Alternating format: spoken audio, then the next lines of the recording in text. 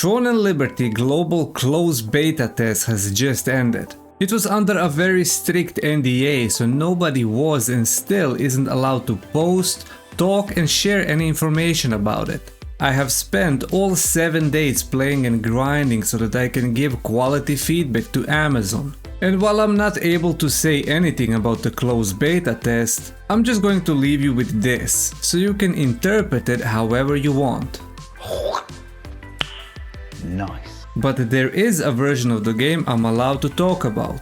So in this video, I'm revisiting Korean Throne and Liberty after 2 months of not logging in, to see what has changed and show you how the game will look like. In case you didn't know, NCSoft and Amazon had agreed to have one global version, which means that everything currently available in Korea will also be present on the global release. Upon logging in, I was instantly greeted with a promotional offer. This is something that's always bothered me a little bit when games just shower you with offers and pop-ups. The game has daily login rewards and that thing doesn't even pop up. But whatever, it's not that big of a deal. Opening the menu, I did notice a few different options there. Or maybe they were just rearranged a little bit, as I couldn't really pinpoint exactly what was different. Cash shop has stayed pretty much the same. Don't worry, nothing new was added that could increase pay to win and break the game. Only new cosmetics are added, and these ones I found cool and quite unusual at the same time. It's still crazy to me that even after several requests and feedback for more revealing cosmetics, after 5 months the developers are still not releasing any cosmetics of that nature. I'm hoping that they're being saved for global release, but knowing Western censorship and Amazon, it is likely not going to happen. Next big thing to check was the infamous auction house, a place where the pay to win happens, or so people say it does. I was honestly baffled with the prices, everything was cheap. I wasn't sure if this was due to the server and the game being kinda low populated, so the supply of these items and materials was much higher than the demand. Or was there something else in play here? Precious marines used to cost 200 lucent, now you can get 15 of them for 200 lucent. Heck, even purple heavy attack chance traits cost 200 lucent now. Well, I had to pay 3000 lucent to unlock the slot and then feed it with blue ones. But then I realized that some purple gear was obtainable in much easier ways, and also new craftable and lootable gear with much better bonuses and stats was introduced, so that could have had an effect on the prices. But it's probably due to low population, low demand and high supply. The PvE side of the game has had quite a few noticeable changes and improvements, clearly showing that NCSoft is serious in pushing more towards PvE content. Gate of Infinity was introduced, which is a much harder and more challenging version of solo Tadal's Tower, where bosses rotate every week. These bosses have somewhat different mechanics. They have more HP and they deal more damage. It is also time based, where if you kill the boss in a specific amount of time, you get purple skill books as rewards. And your name can also appear on the leaderboards. But if you check the leaderboards, you can see that a very specific weapon setup and build dominates in that type of content. And a lot of other builds and setups will have much harder time in it. For example, I'm playing longbow and dagger, which is not so great for this type of content. And even with full purple gear, I couldn't even kill some of those bosses. That's how hard it is. For me at least. Party Finder has had quite a bit of a rework and now it actually works. But people still choose to spam LFG in the world chat and not use it. The biggest addition to finding a party for dungeons was the matchmaking system. I expected it to be cross-server, but apparently it's still in the works. And the server matchmaking simply just never popped, as nobody really uses it to queue for dungeons. It is really good though. You can select a dungeon and then it asks you to pick your role from 3 options: tank, DPS or healer. Then you queue up and wait for another 5 slots to fill up. You can do other things while you sit in the queue, but in my case, even after waiting several minutes, not a single person joined the queue for any of the dungeons. Quite disappointing, but once cross-server matchmaking becomes a thing, I am sure that it will become the preferred way of finding parties for dungeons. To add more difficulty to already existing dungeons, NCSoft added a harder, more challenging option for those same dungeons. I have tried all of them and there is no difference in mechanics. These dungeons are only harder in terms of monster and boss HP and the damage they do to you. It requires a decently upgraded gear as the DPS check is much higher and the bosses do enrage quicker. The main difference is an increased chance for a purple drop, while the loot table is almost identical. It is an okay way to spice things up a little bit by making existing dungeons harder.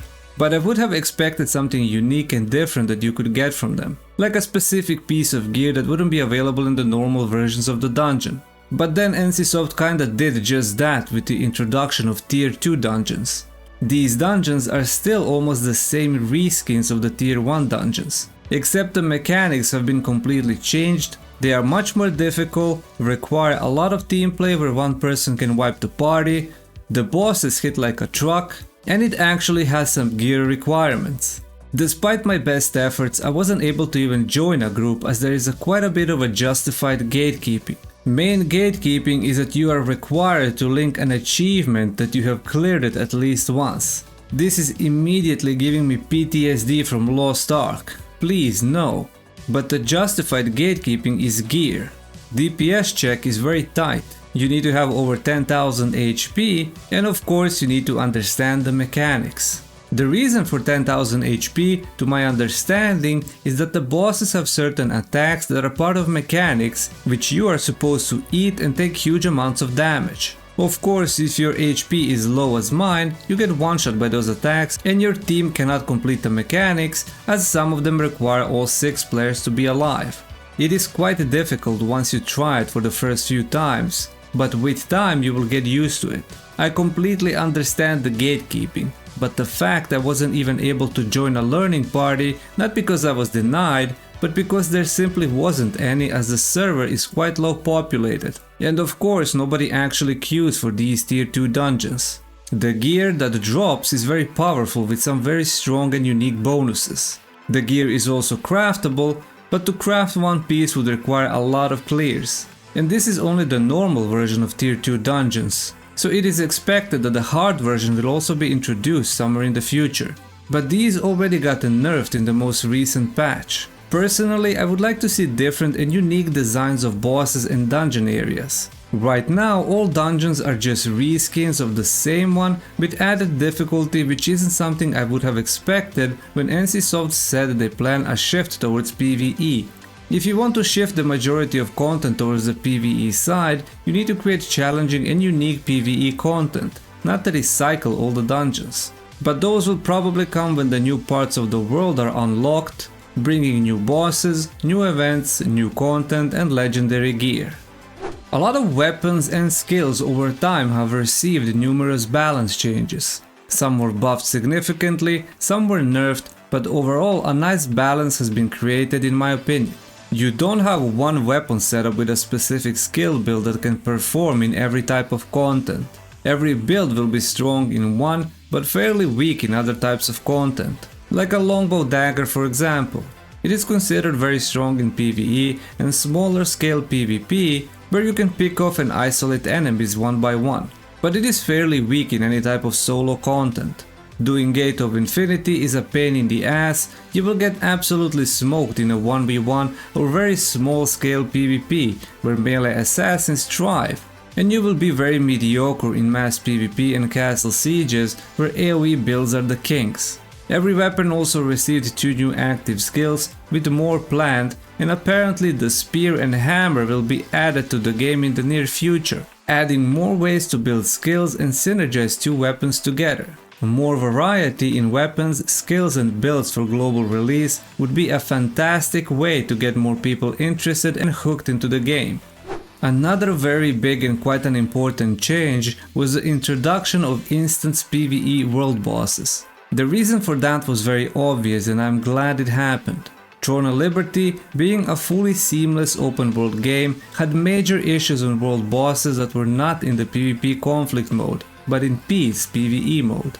Hundreds if not thousands of players would show up to these PvE world bosses, and it completely killed off the entire fun of doing them, as it was a laggy shitshow where the boss would die faster than your ability to cast one skill. The mechanics were completely ignored and skipped, the whole fight lasted less than a minute, and it was a very shitty experience for everyone. With the introduction of instance world bosses, you get to choose a portal which teleports you to the boss area, and you kill the boss with significantly less number of players. The boss takes longer to kill, you get to do and see the mechanics, and most importantly you have more chances of actually getting a drop. While conflict PvP world bosses are not instants, it's a win-win for both PvE and PvP players.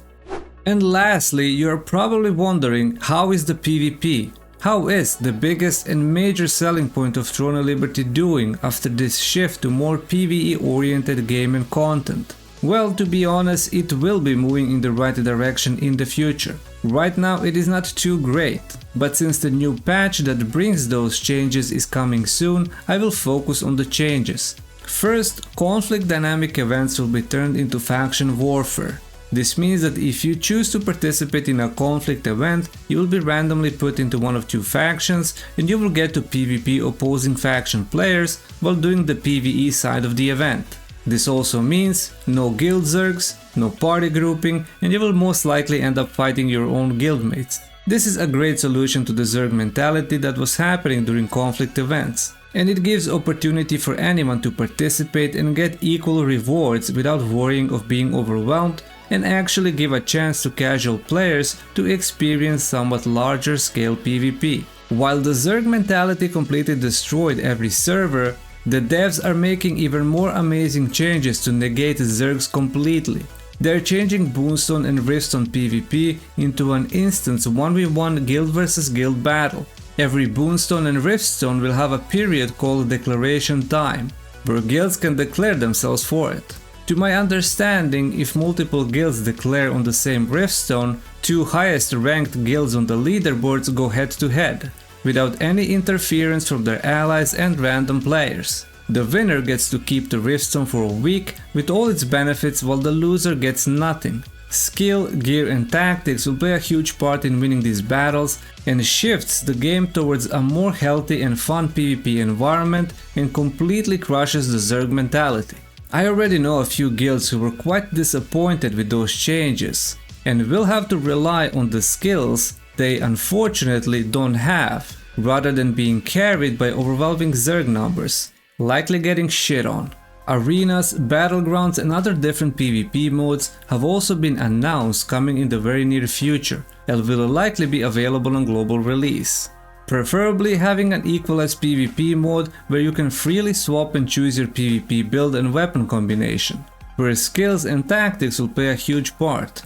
Throw in leaderboards and you have an amazing game that has incredible PvP and ever-evolving PvE. Finally, the unfortunate sad reality of castle sieges. The ultimate endgame PvP event that puts massive alliances against one another. That is, if one alliance doesn't have much larger zerg numbers, of course. But Freshy, that never happens. Oh wait, that's exactly what happened and was the main reason why Korean Throne of Liberty started losing players after the first siege. The unfortunate thing is that nothing has been mentioned from devs about castle siege changes in the near future, other than that they are aware of the problem. Amassing huge zerg alliances is the reason why every single server is very low populated, and why sieges and tax delivery events nowadays look like this. One massive zerg alliance running around fighting against a handful of random players. What a fun fucking experience. And this is exactly what happens when 90% of the players on the server are all allied under the same banner. I am positive that changes are coming, as NCSoft has already done multiple things to crush zerg mentality. And all I am really asking for is a balanced numbers in sieges. Massive alliances are fine as long as it is not 15 guilds versus 4.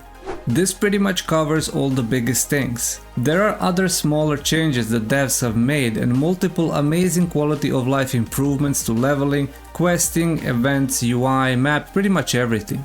Graphical improvements and FPS optimizations that are constantly being updated, and it really shows even on the early days when thousands of players would fight in a castle siege or doing an open world boss without many issues. The continued gamepad optimizations and support clearly shows that developers are dedicated to having a smooth gameplay for PC, PS5 and Xbox players. And tell me honestly, which other open world MMORPG is out there that has a crossplay between 3 different platforms and is free to play? Throne of Liberty has come a long way. It is not perfect and it still has a long way to go.